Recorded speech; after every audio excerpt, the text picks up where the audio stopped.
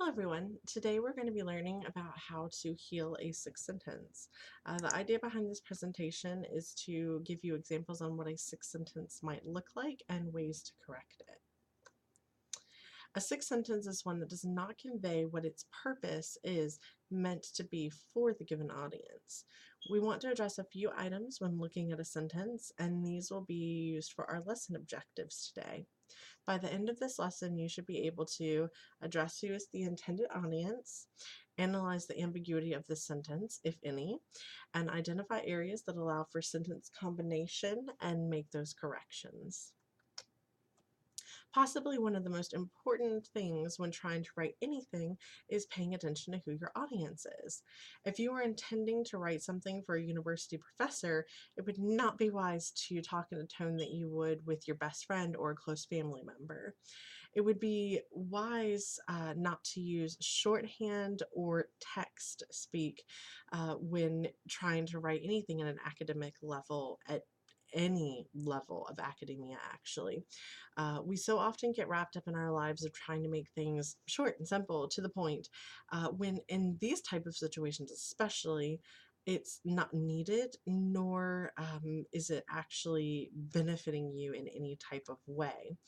Uh, we actually want to go ahead and look at an example. Would you write LOL, IKR, oh, I'm outside waiting for you, don't be late, in an academic paper? I really hope the answer is no. You would not want to do something like this in an academic paper. This is more as a informal text message or social media post to your friend, rather than something that you would send to your professor. Rather, you would want to say something like this. That was rather funny. I'm waiting outside for you. Do not be late, please, when you're trying to talk to your university professor. Of course, the context of the information is probably not going to be something you're going to be emailing to your college professor, but it gives you an idea of the type of language, the setting, the formalness that is in sentence 2 rather than the informality that is in sentence 1, and which one you should be using. The intended message of both of these sentences is the same, but the audience is different and must be addressed properly given the situation. So when we're looking at papers, we want to keep a close eye on who we are trying to write for. Once we fully understand the audience we are talking to, we can formulate better sentences and give a better information overlook for that specific audience. Looking at one more example, so far, the distortions which result in ill-formed sentences have been described at the grammatic, phonological, and morphological levels. Broadly speaking, a reverse application of the rules which have been presented ought to return Lenin's writings to well-formedness at these levels. However, after these distortions have been removed, there still remain sentences ill-formed at the syntactic level. The remainder of the forms discussed will be described at the syntactical level, ignoring distortions which have been previously noted. Wow, what a mouthful. So who do you think that this paragraph is intended for? Correct. Probably somebody at the university level, higher level academics past high school would probably go over the heads of many students that are still in middle school and high school. Probably even some common people on the street might not understand exactly what this paragraph is referring to in any way, shape, or form. More so than just the fact that they don't understand where it's coming from, but that, it can be a little overwhelming if you haven't read a lot of academic level writing, such as articles, peer review articles, and things of that nature, to dive into one and know exactly what everything it is that it's saying. So obviously, this is why audience is so important in a sentence. Without addressing the proper audience, the information might be lost on the person that you are addressing. Another important item to keep in mind is sentence ambiguity. So what does ambiguity even mean? Well, doubtfulness or uncertainty of meaning or intention.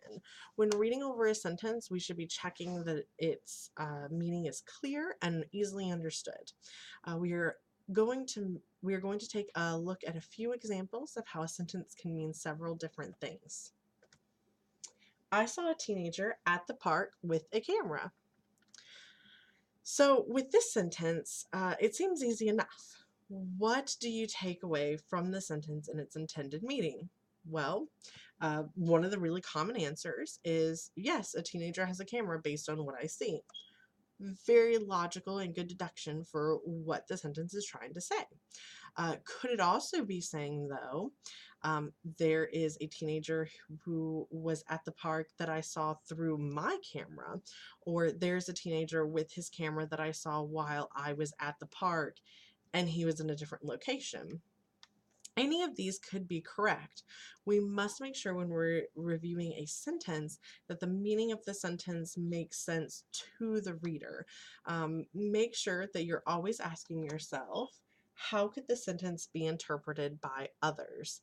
If another person, your intended audience, could interpret a sentence very differently than what you're trying to convey, it can get very confusing very quickly. In this picture right here, I know it's hard to see on the actual camera, but it says Sherlock saw the man using binoculars. And what it's basically demonstrating here is that Sherlock either has the binoculars and saw the man, or Sherlock saw the man who had binoculars. So both sentences are exactly the same, but the intended meaning of both of them is very different. So that's what we're talking about when we say sentence ambiguity. All right, so we start learning how to write sentences in the very first lessons of grade school. It's a very important thing to get you through all of your academics. The main important thing that we're taught is how to do very short and to the point sentences. So example, I ran fast. I won the race. It was fun. The boy is sad. So very just blunt, choppy, 3-4 word sentences from when we're very young. The point of that is so that way the child understands just how to function a sentence altogether. You wouldn't want to throw long-winded colons and semicolons and hyphens and stuff like that into a lesson for a first grader. So what you want to do as you get into further academics, and definitely with your students, if you're a high school teacher or a college level teacher, you'll want to take these sentences and show them how to combine them. Some students really just don't know how to do this at first, or it may seem a little bit daunting as they get a little bit older and that's what they're supposed to be doing. So different ways to combine the sentence. The race was fun because I ran fast and won, semicolon, however, the other boy was sad that he lost. So both lines give the exact same information. It's just the second one is a lot less choppy. It's one sentence with a semicolon, and it makes better sense. It just flows better. So when you're looking at sentences at your own work at the university level, you want to try to make sure that if you have information that could be combined, that you're combining it. And it's important that when you're going through looking at students' work, or even your own work, that you're not paying so much attention to the spelling and technical writing problems at first, but rather, where can I make this flow a little bit better? How can I make this sentence combine with another sentence so that way it makes more sense within the paper? That is going to be very important. You can always fix spelling after you've combined them, because in some instances, with you combining the sentences, the technical writing errors that you had, or even the spelling errors that you had, might actually be completely eliminated from the sentence altogether. So it's just important to try to make sure that you're doing the combination of sentences and focusing on that before focusing on anything else, if this is what you're specifically looking for. And it's a great way to heal sentences, a great way to look and say, okay, how can we make this paper a little bit better in the flow of things? So let's do another example as a class. It is noon. I went to the park. I had lunch, I saw my friends. What are some different ways to bring these sentences together for a better flow within a paper? Um, okay, so one way could be at noon, I met some friends at the park and had lunch. Obviously, the same information in both lines, just one flows a little bit better and only has one sentence rather than four sentences. Another could be I went to the park at noon to see friends and have lunch. So, obviously, all of these lines are telling us the exact same information. You went to the park, you had lunch, saw your friends, and it was at noon.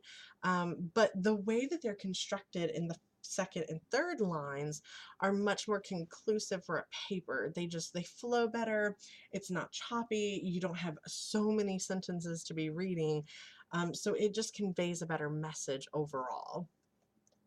Either way is fine, and gives the same information. It's just different placement for the given information, so it flows a little bit better for your target audience. Um, I would think something like the top line might be something that a first grader wrote, or that's intended for a first grader whose reading comprehension is sometimes on that small, choppy sentence level.